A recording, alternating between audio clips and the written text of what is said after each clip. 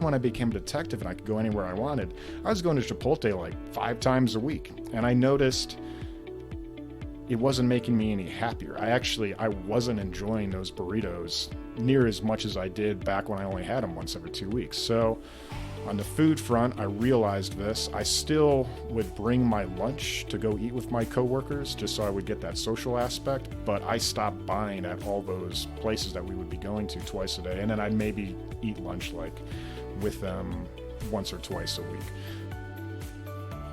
I was hooked because at the time, I was actually enjoying my job quite a bit. I was on the SWAT team part-time. I was doing this undercover detective gig that I really enjoyed and I got a lot of satisfaction from, but I could kind of see the writing on the wall because my coworkers that were anywhere from 10 to 20 years ahead of me, they were completely burnt out. This fun stuff that we were doing was no longer fun for them. It was just basically rinse and repeat over and over. So I knew that at some point I was going to have to get out of there. If you're coming at this late, you also come at this with a whole lot of life experience, so you've got some better perspective and all that. You've probably realized that, like it or not, we are social creatures, and we seem to be best working within hierarchies. So there's that whole hierarchy that we can get caught in subconsciously where we get keeping up with the Joneses. We're starting to compare ourselves, and really it's something where we can sort of get ourselves on a pecking ladder that we're not even thinking about. Welcome to Catching Up to FI, a podcast on mindset, money, and life for late starters of any age on their journey to financial independence. I'm Bill, and I'm a late starter. I'm Jackie, and I'm also a late starter, and we're your host. We're here to help you on your journey to financial independence, no matter where you're starting. We're going to talk to experts, other late starters, and explore topics related to our mission. Join us as we catch up to FI together. Hello, and welcome back to Catching Up to FI. I'm Bill Yount with my esteemed co-host, Jackie Cummins-Koski, and we're here today with somebody who wishes to remain anonymous but has a great story to tell. We're going to call him Jay. That's not his real name, but it stands for Just Some Dude. So, Jackie, why don't you introduce our guest so we can jump right in? Yeah, Bill, and I got to meet Just Some Dude. He's not new to the FI community, but he's kind of new to podcasting. So I really did want to bring him onto the podcast because I was so impressed. I met him at a Camp Mustache in Cincinnati, Ohio. And his talk was amazing about mental health and FI. And so I chatted with him afterwards and pretty much begged him, grabbed his leg and said, please come onto the podcast. So he blogs anonymously at the location online is Escaping Avalon. And I thought that was a great name. He's going to tell us a little bit more about it. But Jay served in the military where he got to jump out of planes, blow things up, and carry heavy stuff up and down mountains. After leaving the military, he became a cop, and he spent much of that time on the SWAT team. He did some undercover work and got first place in a mustache competition.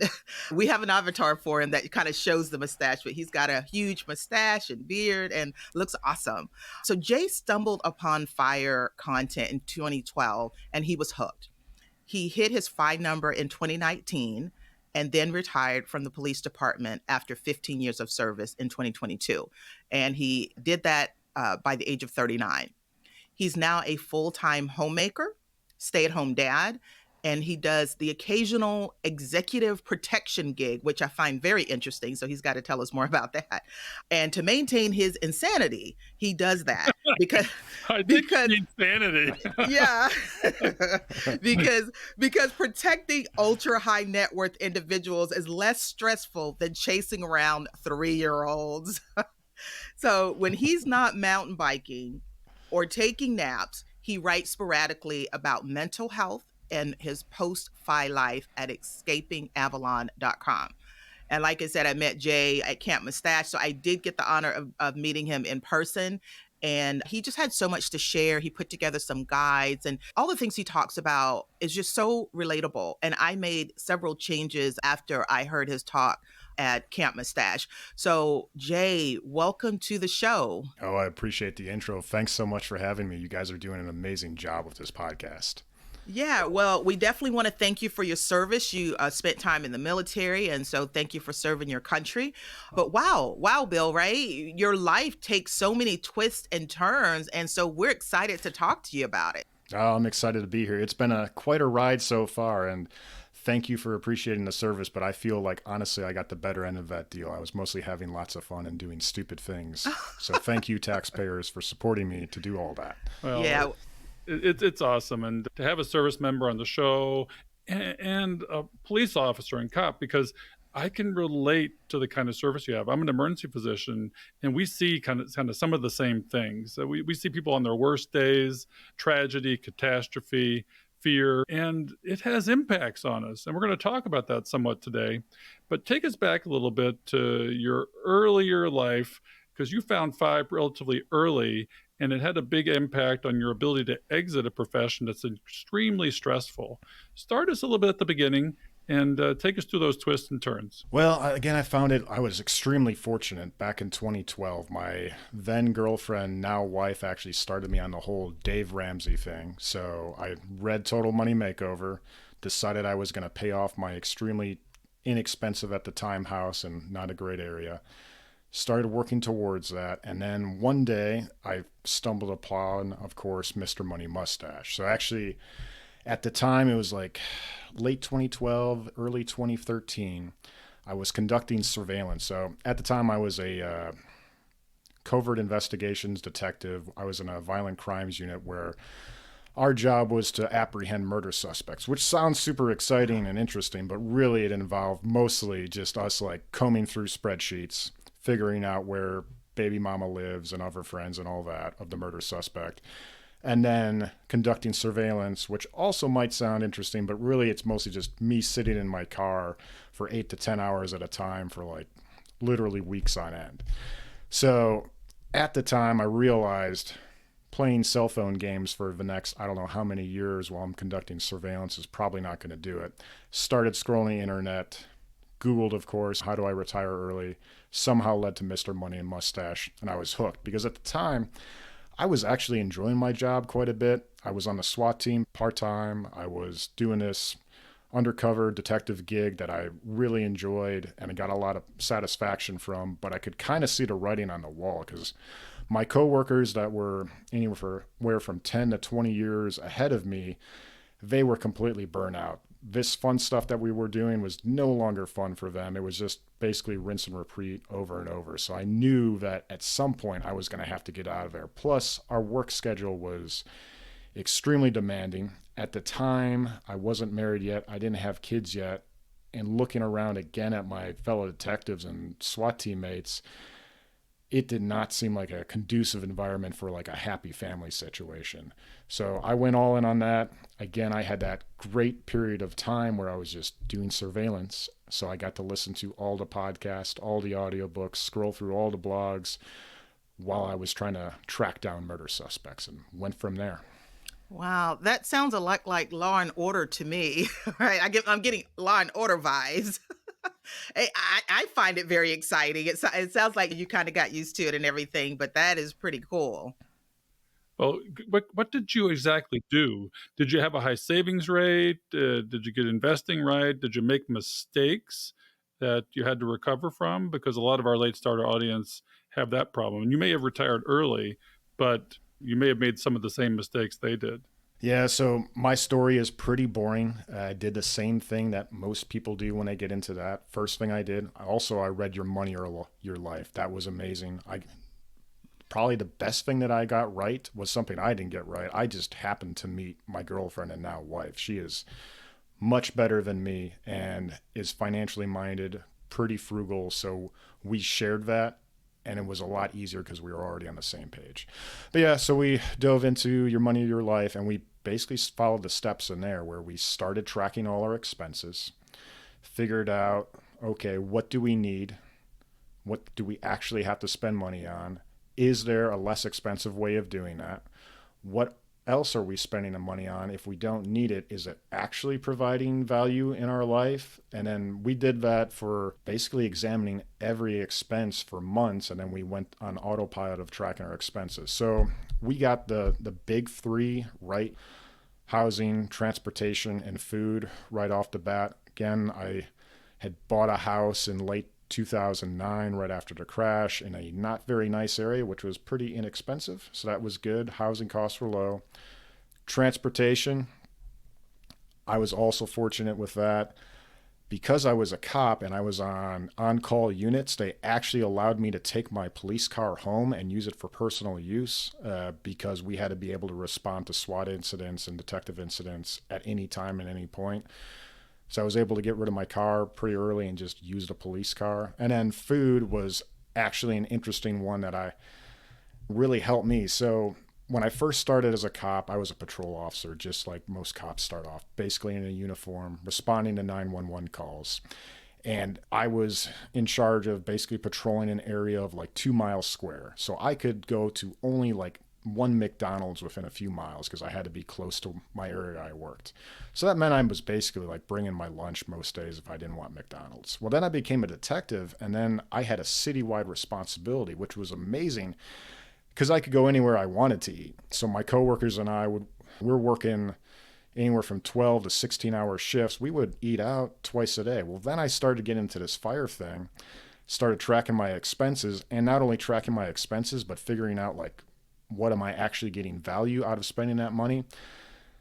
Back in the day when I was a patrol officer, it was like a treat for myself to go to Chipotle and have a burrito. I love burritos. Maybe on my day off, I'd actually get to go there once every 2-3 weeks. Well, then when I became a detective and I could go anywhere I wanted, I was going to Chipotle like 5 times a week. And I noticed it wasn't making me any happier. I wasn't enjoying those burritos near as much as I did back when I only had them once every 2 weeks. So on the food front, I realized this. I still would bring my lunch to go eat with my coworkers just so I would get that social aspect, but I stopped buying at all those places that we would be going to twice a day. And then I'd maybe eat lunch like with them once or twice a week. So the big 3, started going on those, definitely got costs down that way. And then we just examined every other little expense and seen if we could cut it out and go from there. So that was the savings aspect. Investing, pretty simple. I probably should have gotten into real estate. It seems like that's maybe a good idea for a lot of people. But that just seemed like a lot of work, and I was already working a whole lot. So I just funneled all the money I could into my 457, which is like a public servant version of a 401k with a few extra benefits. And then anything outside of that, I would put into a taxable brokerage and basically go to VT Sachs and went from there. So that allowed me to do, especially before we had kids, up to almost an 80% savings rate, which, yeah. 80. Which leads me kind of to like so I think, because I, of course, have a spreadsheet on everything, just like everybody else here, or at least the nerds like me. At one point, I think I got above 80%, but I noticed I'd probably gone a little bit too far in the deprivation thing, where at that point I wasn't even eating out with my coworkers at all, wasn't doing anything outside of just working as much overtime as possible with the idea of getting to FI as soon as possible. So I made the mistake in the opposite direction of many people, of most Americans, where I was just saving so much that I wasn't actually enjoying life. Luckily, I was able to catch myself there, and I backed down my savings rate to a more reasonable 70% and started spending money on stuff that I actually enjoyed and trying to do more social stuff. So I just kept on doing that for 10 years. That is awesome. So, Bill, are you thinking what I'm thinking as you're listening to his story about the cop and the burritos and he... So let me just ask. So, Jay, were you one of the stories in J.L. Collins' Pathfinders? Oh, yeah. Yep, that was me. Yeah. Yes. I should have been a freaking detective. I'm telling you. Yeah, well, actually, I do remember that story. I had no idea. That is awesome. So, yeah, we did a episode with JL on Pathfinders. Yes. And we'll refer folks today back to Pathfinders, and you can find Jay's story in there. Yeah, and that was a great experience because I don't know if you've seen my writing on my blog. It's marginal at best, but actually submitting a blog entry to J.L. Collins and his team and whatever their editors did, they actually made it somewhat coherent and much better while still like maintaining the actual story. So great experience. I'm like, wow, I see why writers have editors. Yeah. This world is so small. As he's telling me, I'm having all these visions of that. So, and you know what? I'm an auditory learner. So I listened to the audiobook and it just stuck with me. And as you're telling it to me, I'm like, I've got the guy that should have been reading that letter or that entry. So yeah, I knew it. Okay, I figured that one out. This is all interesting stuff. Burritos and police work. But it wasn't all boring. You weren't just sitting in a car. There's other issues that you faced, both in the military and as a police officer. Heck, you've been shot, right? Yep, got shot once. It was just a flesh wound, so I didn't hit anything crucial. That was nice. Yeah, and you saw a lot of people get shot, and you actually went to a lot of scenes where there were folks that were sequestered with somebody else or themselves and threatened to kill themselves, and you had to figure these things out. This is not easy work. No, and I mean, it definitely took a toll too, which is, again, seeing that writing on the wall. I've had coworkers killed in the line of duty. I've had friends of mine, coworkers that have killed themselves or threatened suicide. And I saw how all of that added up. And that was something that also drove me to financial independence. So actually, at the department I worked in, we vested in a pretty good pension at 20 years. But frankly, with my work pace, I didn't know if I was going to make it that long. So that is something that drove me to really save as much as I could, because I knew it was already impacting me mentally, going to all those incidents and seeing all this horrible stuff. And I wanted a way out. And that's something I think that, given my example, might seem extreme, but I don't think it's unique either. People want to get out of their jobs, and that's probably why they get into this FI space in the first place. And that's good, but also it kind of puts us in a position where we're acting out of fear and running away from something, which it's motivating, but I don't know if mentally that's the healthiest place to come at this. And that's why I think this intersection between mental health and FI is so important. Yeah, I think it's a really big deal too. And a lot of people want to drop off the RE, but there are just a lot of jobs where you just have to step away from, and you have to just make that split, call it temporary retirement or whatever. But listening to you describing your job, feeling like you didn't even know if you were going to make it, I mean, that says a lot.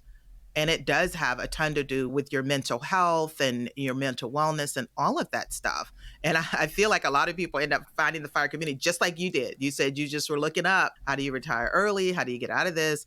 So tell us why you decided to stay anonymous, whether you're blogging and things like that, because we appreciate you being vocal and sharing all of this, and it's so valuable. But I can imagine it's kind of tough with the field that you've been in, but I kind of just want to hear from you why you decided to be anonymous. Well, I'll tell you like my practical reasons for it that really are excuses for my real reason for doing it. So my practical ones are, first of all, I was involved in some incidents. I've had death threats that were credible made against me. So even though risk on that is pretty low, I still don't want to expose my family to that.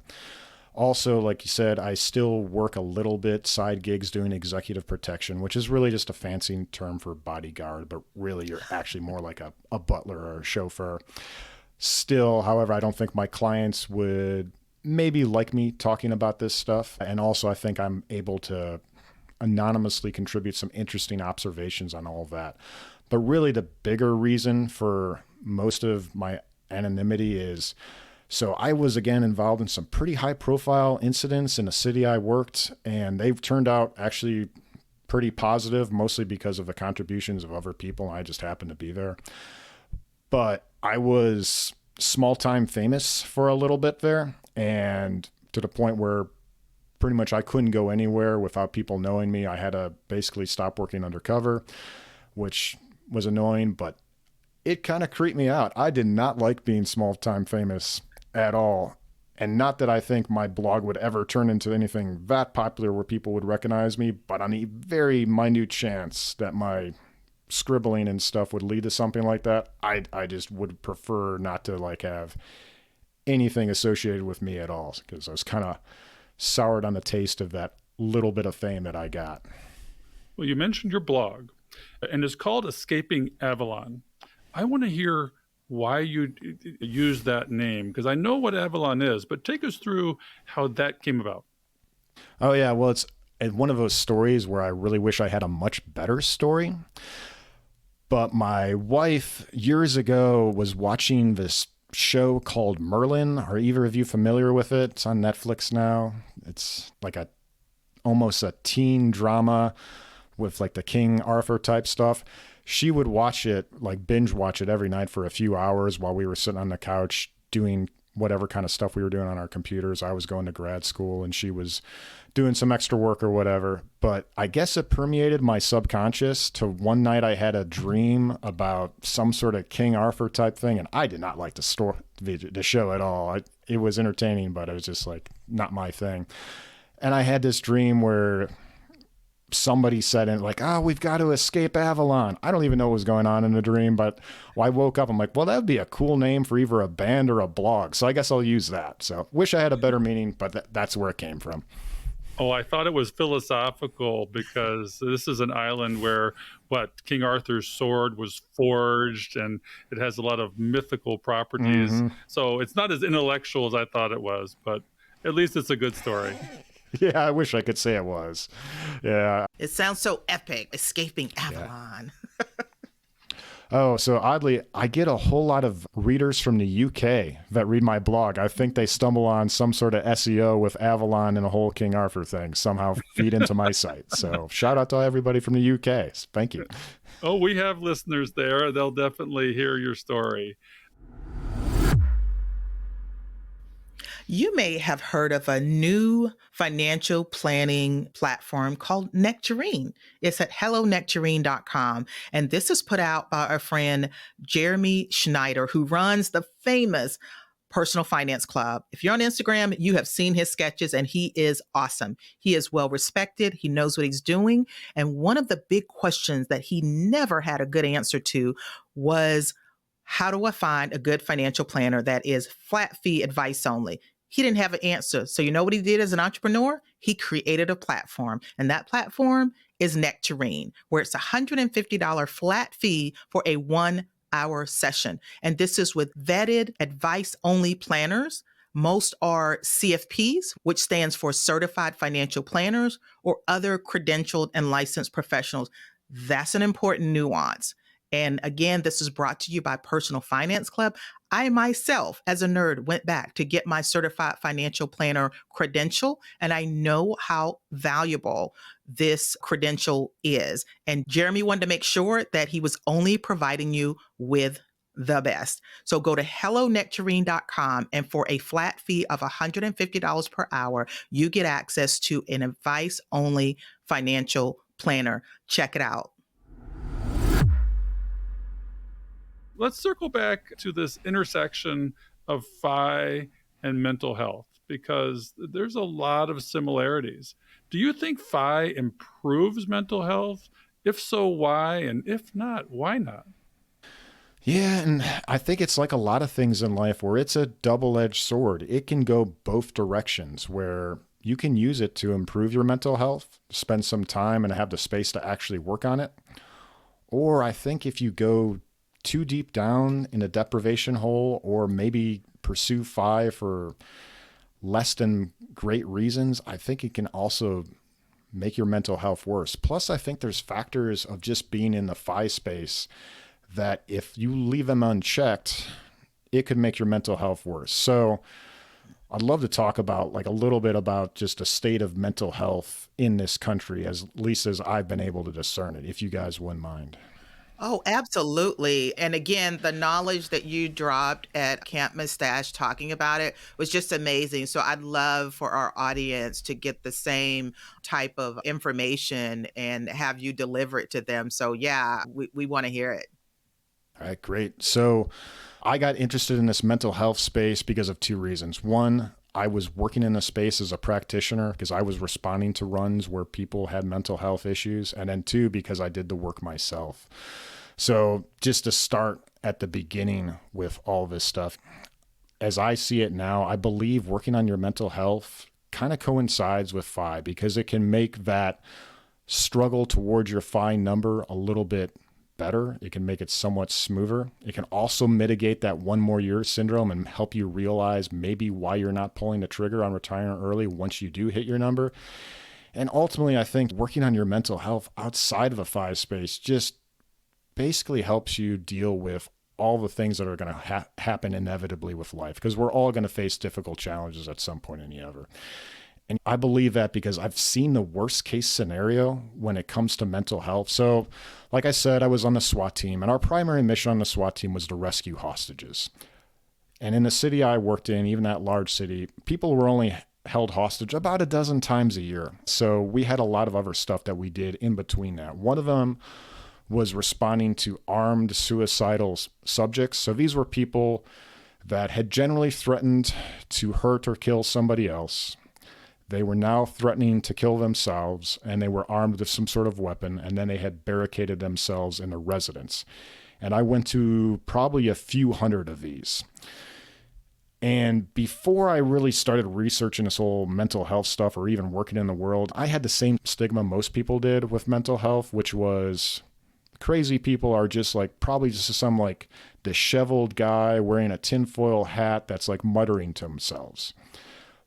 But then I started responding to all these suicidal barricaded subjects, and I realized they're actually, from the outside looking in, normal people, because all the people we responded to try to help, they completely span roughly equally distributed the socioeconomic strata. Bad neighborhoods, good neighborhoods, some giant McMansions, all sorts of people that from the outside looking in you would think would be normal. And then when we were on scene, we'd be there for hours, basically just trying to talk these people out to try and get them some help. And part of that process is we would go talk to the neighbors. Their friends and family would show up. We'd talk to them, interview them, and figure out if there's anything we could talk to these people about to try and get them to get some help and come out peacefully. And in talking to these people, they would say the same thing over and over, like, I thought this guy was normal. I thought she was fine. I never in 100 million years would have thought they would be walking around their living room with a gun to their head right now. That never saw this coming. So I realized that really this could seem to affect anybody, or it's probably affecting people more than we know. We just don't see it. So that whole idea of there's some stigma crazy person out there that this isn't going to affect us, probably not true. Also, what drove me to really look into this stuff is seeing the worst case scenario on these incidents. So all these people would all say the same thing, which is my family or friends, they're going to be better off without me. That's why I'm doing it. And we would plead with them for hours to not do anything. And most of the time, we had some great negotiators. They got people just to come out and get help themselves. There were a few times where we had to do some sort of tactical intervention, which, while not pleasant, didn't leave any lasting marks, and we were able to get the person to help afterwards. So that was good. But occasionally we failed. And I was on scene when people took their own life, and it was terrible. And I will say, because I had to talk to the family and friends right there, usually less than a minute after their loved one had ended their life, and they were not better off. In fact, we would go follow up with these friends and family, one, to try and get them some support services, because now the data suggested that they were also now at risk for other mental health issues, survivors of these suicides. But then we would follow up with them weeks and months later, both to get them some support services and also to interview them to see if there was anything else that we could have done that maybe we could improve on the next time. And in talking to them, they were definitely not better off. And then I saw that there. And that's, again, the worst case scenario when it comes to mental health. But the more I got into this space, and especially doing my own work, I realized the least not worst option, the kind of moderate option for mental health, was not great either. I saw this with my coworkers quite a bit. I saw this in myself. Not dealing with mental health is just kind of ridiculous, especially in the state of the mental health interventions that we have now. So use the analogy, like we talk a lot about this whole brain-body connection, but we never talk about the foot-body connection or the kidney-body connection. That sounds kind of ridiculous. And it kind of goes off into like, well, why do we talk about this brain-body connection when really it's just the same thing? So use the analogy of for mental health, if you tweaked your knee, like say you did something weird, just caught it weird, and it kind of hurts, it's not horrible, but you're going along for a few weeks and it's just not going away.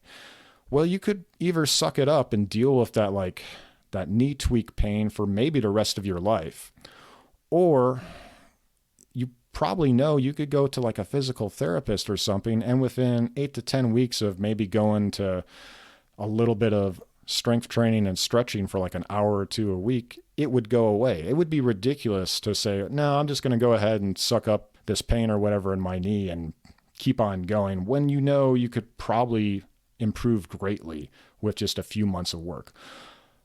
But when it comes to mental health, we basically do that. So now we have some evidence-based therapies out there that I've used myself, which have helped quite a bit, where you're basically doing some version of talk therapy for like an hour a week, maybe for 8 to 12 weeks, and you can have a great improvement of like mild to moderate mental health issues. So why are there people out there, a large amount of people out there these days, that are suffering from mental health issues that they could be getting help for? So, Jay, it sounds like common sense, but what is talk therapy? Well, it's basically when you're talking to somebody. So there's a whole bunch of different ones out there. It's interesting. The more they've studied therapy over the years, there's a bunch of different type of modalities out of them, but mostly it boils down to different types of talk therapy, where you're just talking to a therapist, somebody that's licensed, that can guide you from some sort of process. When it comes to different types out there, they generally have different goals, different aspects of activities that you're doing, possibly doing some homework. But I just want to make it frank that most of these therapies, again, you're just basically talking to somebody. You can do it remotely. In fact, they have data now showing that remote therapy, you can do it on your phone or laptop, is as effective as going to a therapist in person. And it's a lot more convenient and can also be less expensive too. Yeah, and I'm thinking some people might be more likely to do it that way. I know I would.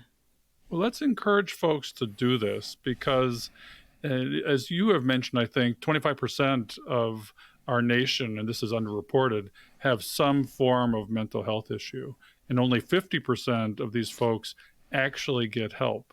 Now, this is a journey you've been on. These events that happened in your career had their own personal impact on you. And I think you mentioned in your blog that you have PTSD, and times got really bad for you. And there's one interesting story that you mentioned in your blog about your dog Clutch. Can you take us through where you got to and how you realized that you yourself even needed help? Yeah, absolutely. And I definitely owe it to Clutch for getting me out of that. So that was pretty much probably one of the worst points of my life. So that was summer of 2021. The last year I was on the job before I retired, I was assigned to the K9 unit. My partner was Clutch. He was a German short-haired pointer. He's an explosives and ballistics canine, meaning that he can smell bombs and guns. So we'd rove around the city looking for bombs and guns. When we weren't doing that, we were training, which was really just a deliberate form of fetch. So one night I park in just one of the dog parks we would go to, and I go sit down on my normal stump getting ready to train him. And Clutch did something different that he had never done before. You see, Clutch is like, he's got two modes. He's either completely like dead to the world asleep, like I would literally have to shake him to wake him up. And then he'd be into his other mood, which would be like a crackhead on fire, running around 1,000,000 miles an hour, just super happy. But this night, he did something completely different. He put his head on my leg and just kind of looked at me with his big brown eyes and was sort of saying to my, like, what's up? This was different than any other behavior he had ever had. In fact, he's still working. He's assigned to a different handler since I've retired, and talking with that handler, he's like, oh yeah, he's never acted like that. So that drastic change in behavior clued me in that something was going on here. And what I realized was he was picking up something that I was putting down, that apparently something was going on with me. And I realized that essentially I was having thoughts that I didn't want to even admit to myself I was having, that frankly scared the hell out of me. And those thoughts were, I guess I could just kill myself and then I wouldn't have to do this anymore. You see, at this point, things had been compounding in 3 different directions in my life.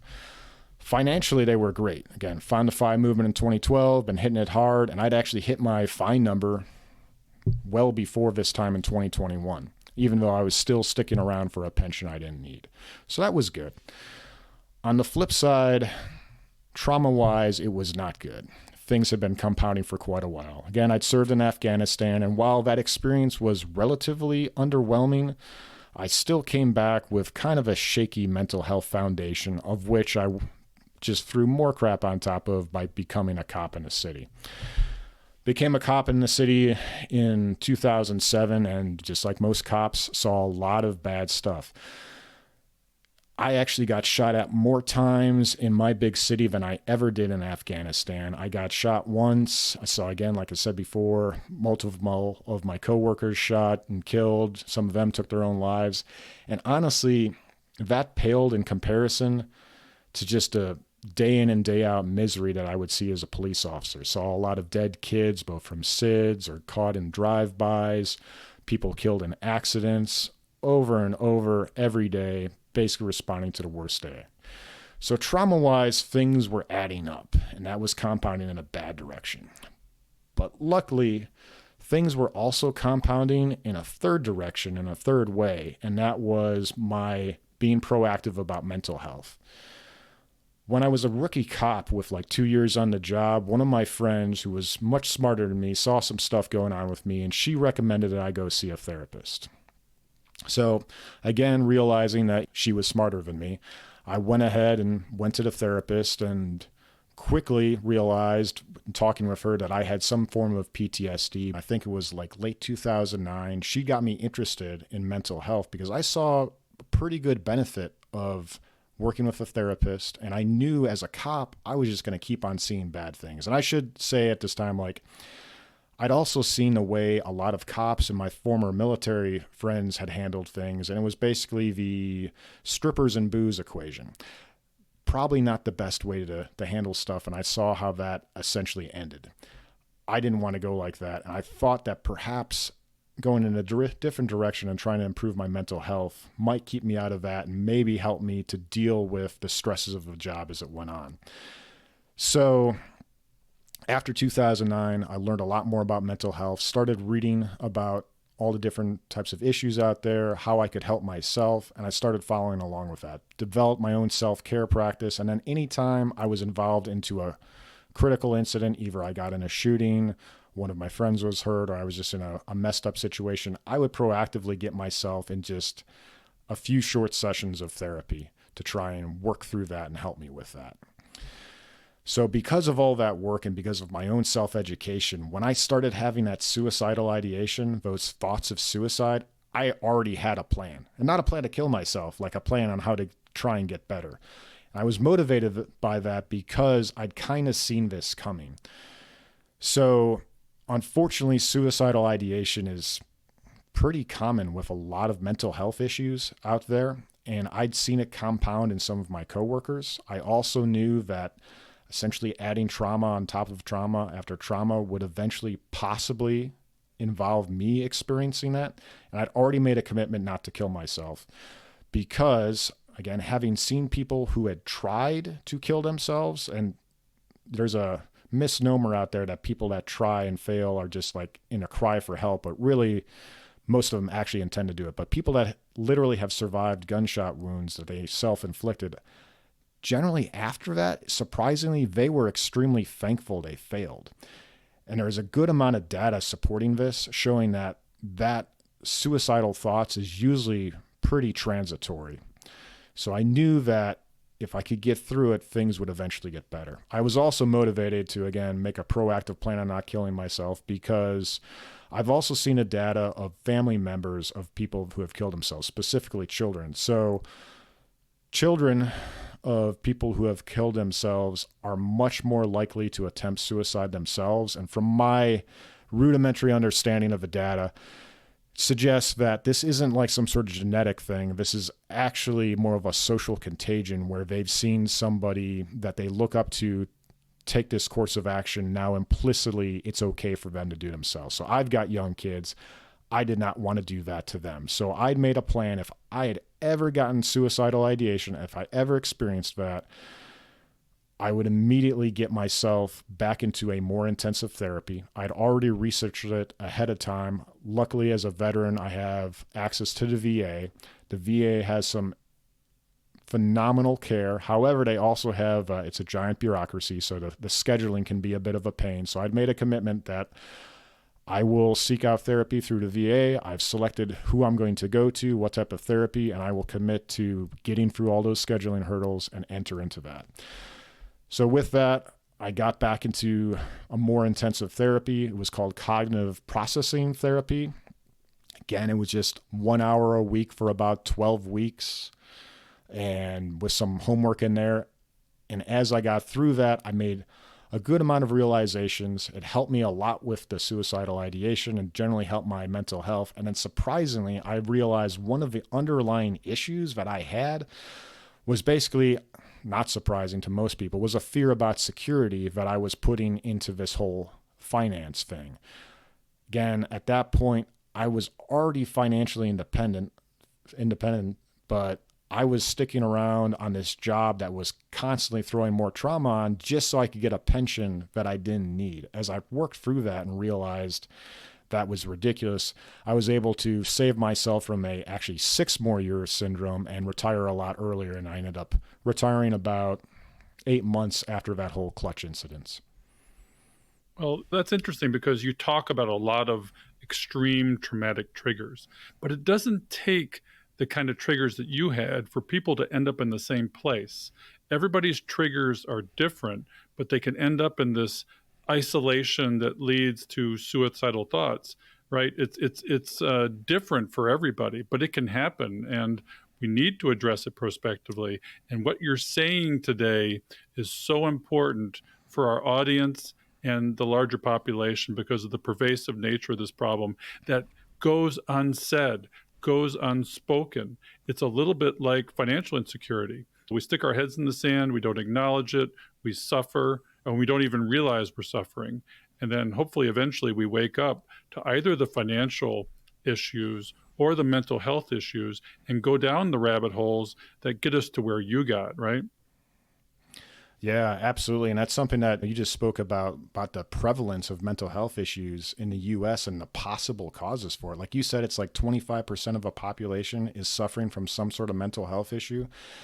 But if you extrapolate that most mental health issues, one of the major symptoms they have is an underreporting of those symptoms, and realize that most people probably aren't actually reporting, it could be much bigger than that.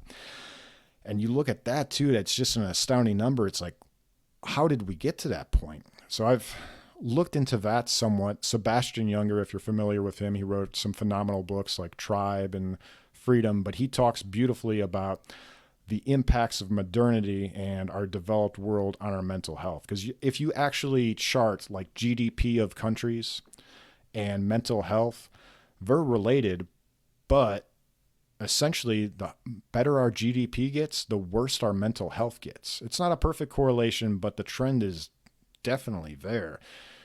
And it kind of leaves us asking, like, how did we get to this point? Hey, Bill, I got my CFP credential a few years ago, but you have been talking about possibly getting yours, and you were so interested in that CFP level knowledge. Are you still interested in that? Yeah, but I don't want the credentials. How do I do it, a little bit on the lighter version?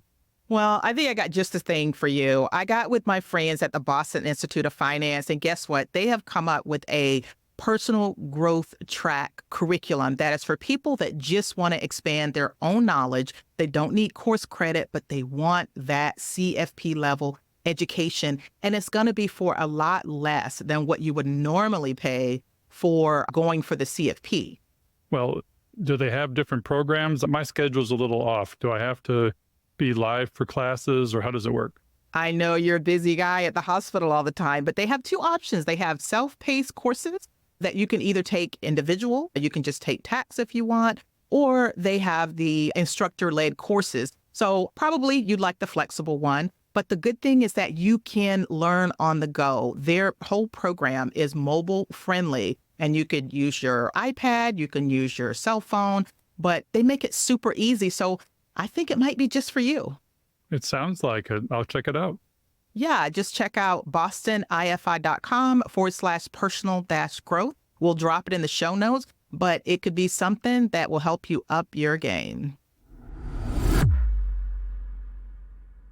You also talk about wealth disparity, and that's even more correlated, right? Absolutely. So if you look at the Gini coefficient, which is a fancy word that I had to learn, basically talking about the inequality of income. If you chart that, that is much more correlated with mental health issues. So the more unequal income is, the worse a mental health state in that country. So if you plot the countries that are developed, those with the most income inequality have the worst mental health, and we are pretty much the best at both of those. We have the most unequal income, according to some measures, and we also have one of the worst mental health aspects in our country. Wow. I mean, I just find it so you've seen so much and you've been through so much yourself, and you're still able to talk about it and help so many other people by simply talking about it. So, when you were giving your talk at Camp Mustache, you shared a lot of really good resources. So, as we try to, I don't know, think about the path to healing, like you did that and you found that, which took an incredible amount of strength to be able to do that. And it just reminds us that money can't buy everything. And so even though you were doing great with the finances, you still had some of the mental health issues to deal with. So can you talk to us a little bit about the guides that you put together, the things that you recommend? Because I found them to be very practical for every person. Like I used to think that something had to be wrong or you had to have some kind of trauma or incident to seek mental health or help with your mental wellness, but that's not the case, and it's probably better off trying to do it before you really need it. So can you take us through some of the things that you recommend in someone that is trying to maintain mental wellness and deal with mental health issues?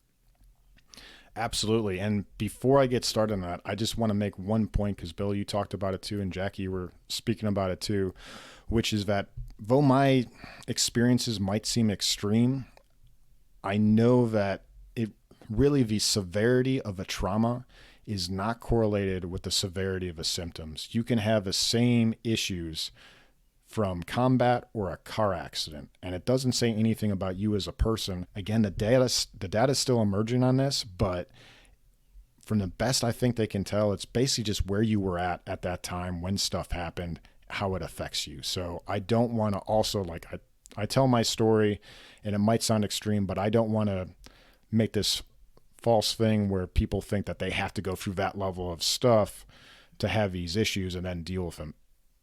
Anybody can experience this stuff, and that's why I'm motivated to talk about it. So as far as resources, that guide that I've put on my blog, first of all, I want to thank the people that contributed to that. I had some anonymous readers that contributed greatly to that. They helped quite a bit. Also, Jillian, who you talked about, she's extremely popular in this place. She helped, along with Diana Merriam. She gave some great resources as well. So I look at it as like three different sectors. You've got education, self-care, and then you've got going to therapy, essentially.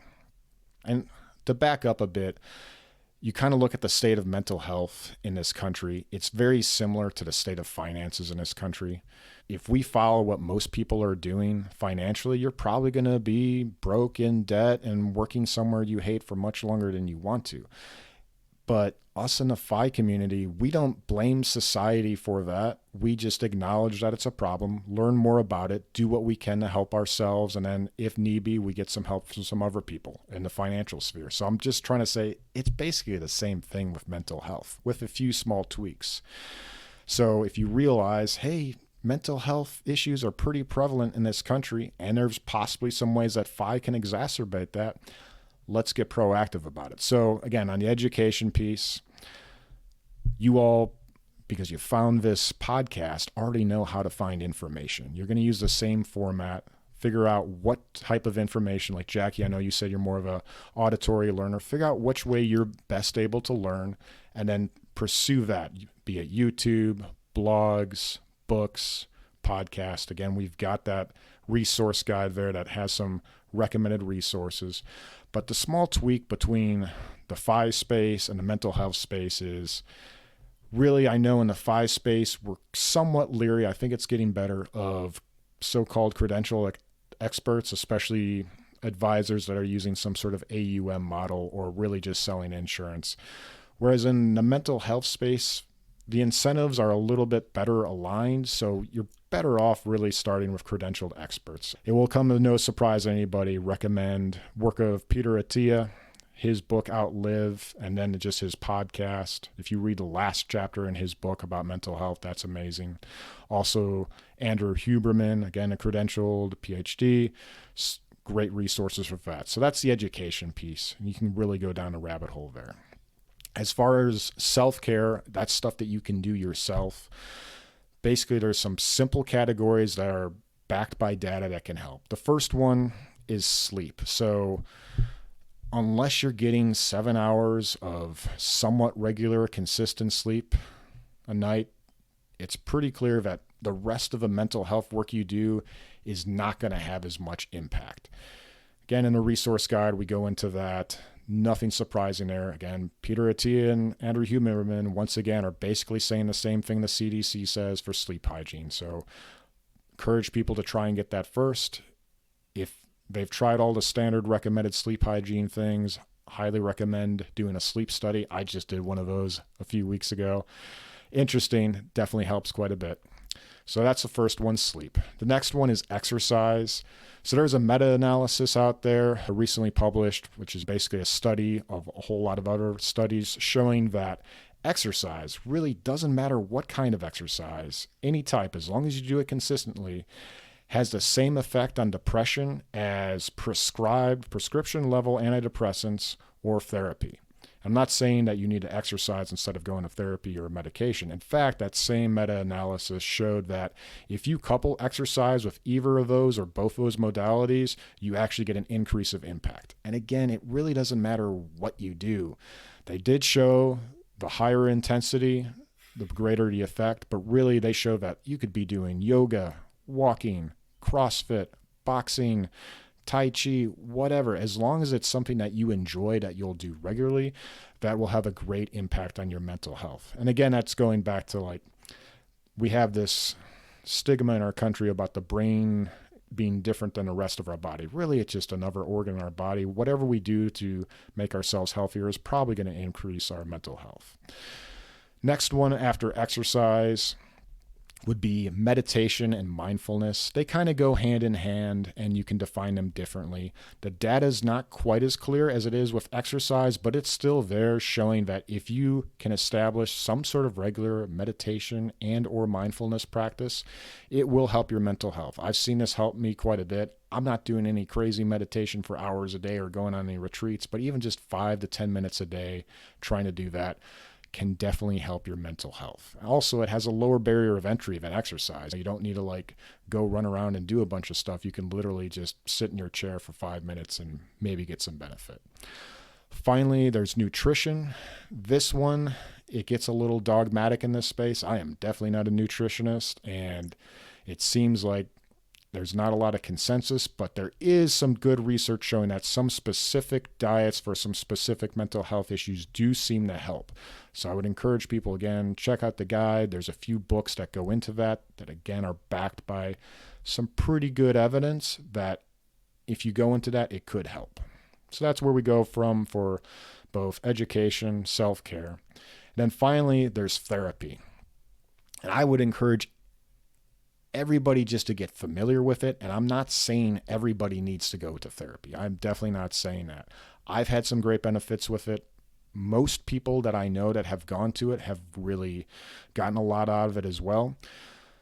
But I also encourage, again, people to just get familiar with how to find a therapist, how to pay for a therapist, because if you look at life, it's kind of like Murphy's Law, where if something's going to go wrong, it will go wrong. And there's that saying that's probably true of when it rains, it pours.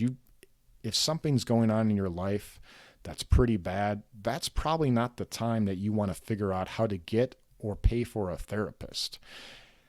Again, trying to get access to a therapist can be kind of difficult. You're working with the medical system. There's some great practitioners out there, but it's a giant bureaucracy and it's hard to navigate.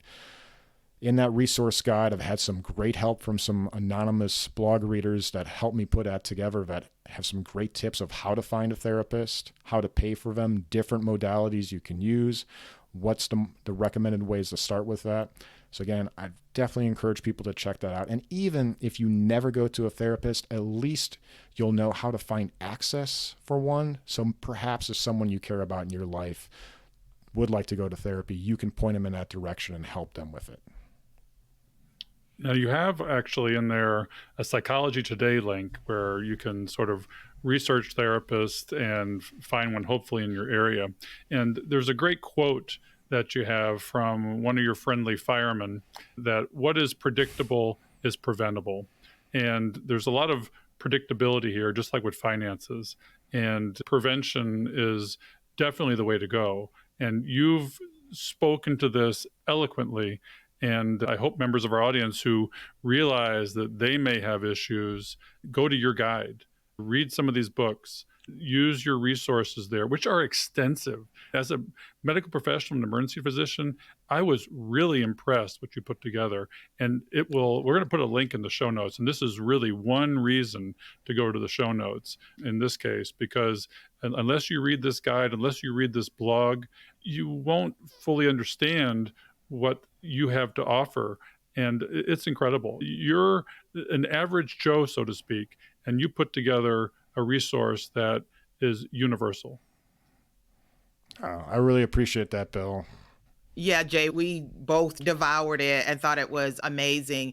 And when you were talking about, especially since this is a show about money, late starters, and financial independence, talking about some of the ways that you can pay for it, one of the action items that I did after your talk was that I looked at my current health insurance plan to see if mental health services was covered, and it was covered in a similar way as going to my regular doctor. It had a section under preventative. So that could be something that people can check. But to your point of figure out how you're going to pay for it before there's any kind of trauma or issue where you feel like you need to have it. Just like for your health, you want to understand how your health insurance works, then you want to understand if it covers mental health services too, right?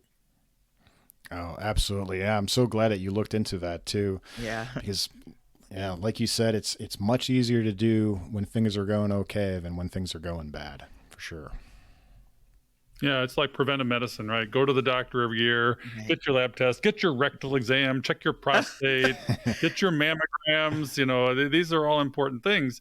And we, like you said, the intersection of brain and the body is just as pivotal as like your knee to your foot or your hip to your knee to your foot. And it's all interrelated, and we overlook our brains. And we're neuroplastic. You can change the wiring of your brain, and you've got to exercise it. And that's what therapy really is. Yeah. And Jay, do you have any particular tips in regards to late starters to financial independence? And I like your take on the mental health aspect of everything. So maybe if there's something that might be of particular value to someone that's getting a late start or just trying to wake up with their finances. Yeah, thinking about this, it's really no different than most other people, but it probably works even better for late starters, because I think if you're coming at this late, you also come at this with a whole lot of life experience. So you've got some better perspective and all of that. You've probably realized that, like it or not, we are social creatures, and we seem to be best working within hierarchies. So there's that whole hierarchy that we can get caught in subconsciously, where we get keeping up with the Joneses. We're starting to compare ourselves. And really, it's something where we can sort of get ourselves on a pecking ladder that we're not even thinking about. So perhaps a way to kind of leverage that is to find another hierarchy that you can get involved with deliberately, be it like a sport or some sort of mental pursuit that, one, doesn't cost you any money or maybe is pretty inexpensive, and two, you actually have a reasonable chance of maybe getting higher up on that hierarchy.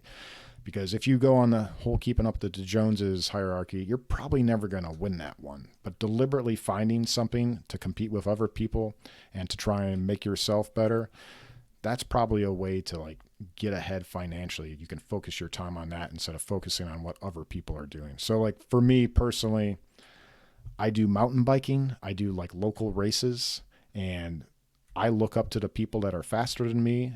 I work with the people that are about the same speed as me. And then there's very few people that are slower than me. But I still try and like keep up with them as well. And we push each other. And that way I'm more worried about how fast I can get myself going on my bike than I am about what car is in my driveway or how big my house is. Oh, that's such a great point. Yeah. Those are awesome. These are such important things. And as we've talked about many times, there's an intersection of financial independence and mental independence or mental well-being. We've got to pay attention to both. There are similar issues, similar problems, and the solutions aren't so dissimilar. There's actually financial therapists out there. So you're traumatized by your own finances, you can get a lot of benefit from getting your head around your own mindset so that you can move forward and get the progression towards freedom going. So bottom line, take a look at Jay's blog, take a look at his resources, listen to this podcast. Obviously, there's a lot of triggers in here, but we really appreciate your honesty and your transparency. It's exemplary for what other folks should do. Finances are taboo. Mental health is taboo. If you don't talk about it, and surround yourself with people that are talking about it, and there are folks in the FI community that do podcasts on mental health and wealth. They are out there. This is a niche known quantity. Google them, you can find them. And I hope that this episode has encouraged people to take better care of themselves and more than just their financial health. Thank you, Jay, for being on the show. Jackie, any fine thoughts? Just that, Jay, we appreciate you being so open and so honest. Some of these things that we've heard today, we don't really hear because people don't talk about it. They bury it and they just don't want to share it with people generally. I'm sure you guys talk about it amongst yourself. So this has been eye-opening. This was probably one of our most important shows because we dealt with an issue that's not often talked about. So it was truly an honor to have you here, and you are welcome back anytime. Thanks so much. And it's great being here. You guys are doing such an amazing job in this space too. Well, people are going to want to reach out to you and maybe get help. And I'm sure you're willing to do so. Where can they reach you? Just escapingavalon.com. My contact information's on there. And again, please check out the resource guide and then my accompanying talk that I gave at that Camp Mustache. All right, Jackie, Jay, everybody listening, thank you for being here today. We'll see you next week on Catching Up to FI.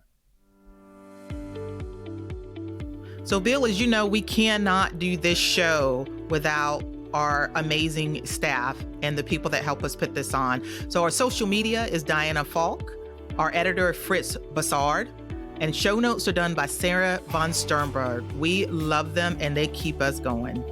Yeah, I mean, this show wouldn't have the quality it has without our folks, our peeps. And we'd also like to give you a few calls to action for the show. We love our community and we hope you love us back. If you want to support the show and what we're doing, you can do that at Buy Me a Coffee, which is a platform that allows you to virtually say thank you if you get value from our content. The link is in the show notes, or you can head over to our website at catchinguptofi.com and click on the Support the Podcast tab at the top right. We hope you've enjoyed this episode of Catching Up to FI. We would appreciate it if you could leave us a 5-star review so that our message can reach others. While we are financial educators, and I'm a financial professional that loves to teach, our content is for general education and information purposes only. We are not providing financial, legal, or tax advice. Always do your own research or consult a professional before making important decisions. We'll see you next time on Catching Up to FI.